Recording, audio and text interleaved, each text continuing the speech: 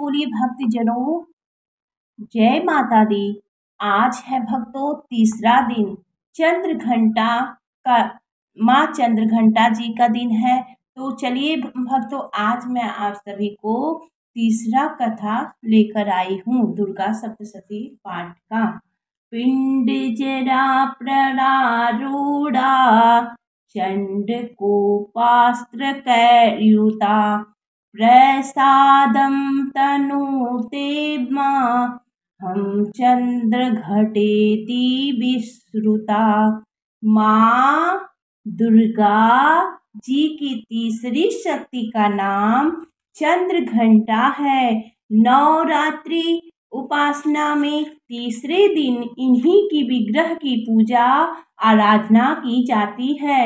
इनका यह स्वरूप परम शांतिदायक और कल्याणकारी है। इनके मस्तक पर घंटे के आकार का अर्धचंद्र है। इसी कारण इन्हें चंद्र घंटा देवी कहा जाता है। इनके शरीर का रंग स्वर्ग के समान चमकीला है।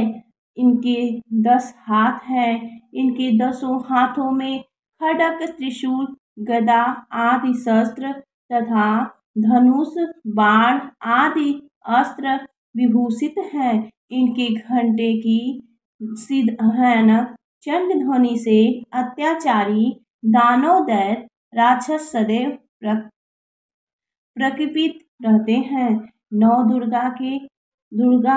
नवरात्रि की दुर्गा उपासना में तीसरे दिन की पूजा का अत्यधिक महत्व है। इस दिन साधक का मन मणिपूर्ण चक्र में प्रतिष्ठित होता है। माँ चंद्र घंटा की कृपा से उसे अलौकिक वस्तुओं के दर्शन होते हैं, दिव्य सुगंधियों का अनुभव होता है तथा विविध प्रकार की दिव्य ध्वनियाँ सुनाई देती हैं।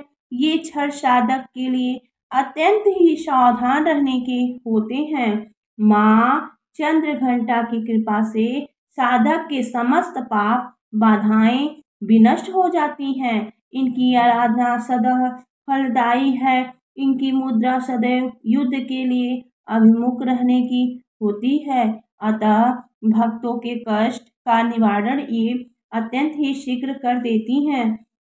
इनका वाहन सिंह है, अतः इनका उपासना सिंह की तरह प्राथमिक और निर्भय हो जाता है। इनके घंटे की ध्वनि सदा अपने भक्तों की भूत प्रेत आदि बाधाओं से रक्षा करती है। इनका ध्यान करते ही शरणागत की रक्षा के लिए इस घंटे की ध्वनि निनादित हो उठती है। दुष्टों का दमन और विनाश करने में सदैव तत्पर रहने के बाद भी इनका स्वरूप दर्शक और आराधक के लिए अत्यंत सौम्य एवं शांति से परिपूर्ण रहता है। इनकी आराधना से प्राप्त होने वाला एक बहुत बड़ा सद्गुण यह भी है कि साधक में वीरता, निर्भयता के साथ ही सौम्यता एवं विनम्रता का भी विकास होता है। साधक के मुख, नेत्र तथा संपूर्ण काया में कांति गुण की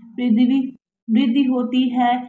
स्वर में दिव्य अलौकिक माधुर्य का समावेश हो जाता है। माँ चंद्र घंटा के भक्त और उपासक जहाँ भी जाते हैं, लोग उन्हें देखकर शांति और सुख का अनुभव करते हैं। ऐसा साधक के शरीर में दिव्य प्रकाश युक्त परमाणुओं का अदृश्य विकिरण होता है। यह दिव्य क्रिया साधारण शत्रुओं से दिखाई नहीं देती है, किंतु साधक और उसके संपर्क में आने वाले लोग इस बात का अनुभव भली भांति करते हैं। अपनी मन, वचन, कर्म एवं काया को विहित विधि विधान के अनुसार पूर्णतः परिशुद्ध एवं पवित्र करके साधक को भी माँ चंद्र घंटा के शरणागत होकर उनकी उपासना आराधना में तत्पर होना चाहिए। माँ चंद्र घंटा की उपासना से समस्त सांसारिक कष्टों से विमुक्त होकर सहज ही परम पद की प्राप्ति हो जाती है। उपासक को निरंतर इनके पवित्र विग्रह को ध्यान में रखते हुए साधना की और अग्रसर होने का प्रयत्न करना चाहिए। इनका ध्यान हमारे इहलोक और परलोक दोनों के लिए परम कल्याणकारी और सद्गति प्रदान करने वाला है।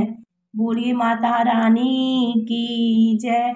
माता रानी सभी भक्तों की हर मनोकामनाएं पूरी करिएगा। कभी भी लोगों को कोई भी रोग दोष सब कुछ बहुत दूर दूर तक रखिएगा। हमारे सारे भक्त बहुत बहुत बहुत आपसे स्नेह करते हैं, प्यार करते हैं।